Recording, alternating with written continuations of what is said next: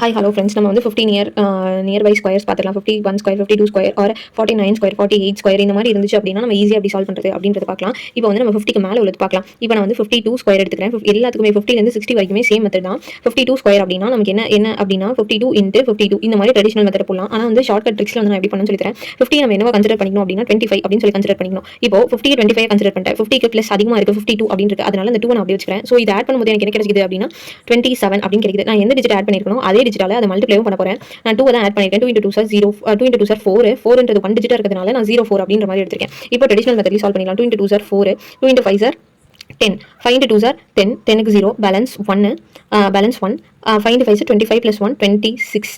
இப்போ 4 0 6 + 1 7 2. எவ்வளோ ஈஸியாக அந்த சம் முடிஞ்சிச்சு பாருங்க. வித்தின் ஃப்ராக்ஷன் ஆஃப் செகண்ட்ல நான் போட்டுட்டேன். ஸோ 50 ப்ளஸ் இருந்துச்சு அப்படின்னா நம்ம என்ன எடுத்துக்கணும் அப்படின்னா அது வந்து 25 ப்ளஸ் நம்ம எத்தனை நம்பர்ஸ் இருக்கோ அதை ஆட் பண்ணணும். லைக் இதுவே 53 இருந்துச்சு அப்படின்னா 25 + 3. வர அப்கமிங் வீடியோஸில் நம்ம அதையும் பார்க்கலாம். Thank you friends.